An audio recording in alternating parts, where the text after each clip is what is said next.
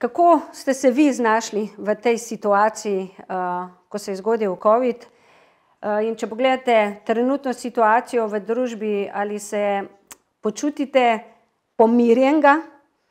ali so ti ukrepi, ki so bili do zdaj sprejeti, pravi za pomoč ljudem, gospodarstvu, pa če se prav osredotočiva na panogo gostinstva in turizma, s katere tudi vi izhajate in katero tudi zastopate. Ukrepi so bili vse skozi naravnani ali pa pripravljeni bi rekel, pogoji, ki pa niso bili smiselni, kajti že takrat, ko smo ugotavljali, kakšen pogoj je potrebno izpolniti, se pravi upad prometa, je na nek način bil marsikdo s tem zaveden. Kajti nihče ni mogel nekako splanirati ali pa,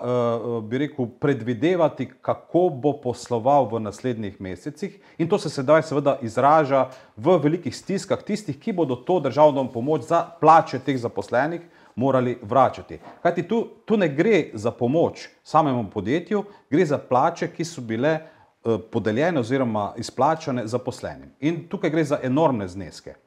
In v nadaljevanju, ko je bil imenovan v mesecu maju 2020 strokovni svet za turizem, smo nekako pričakovali,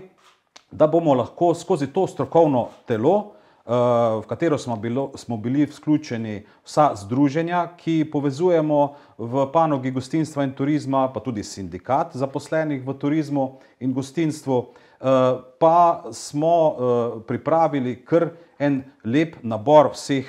predlogov za ukrepe, ki bi morda panogi pomagali drugače, kot pa smo potem bili pač priče sprejemanju teh PKP-jev.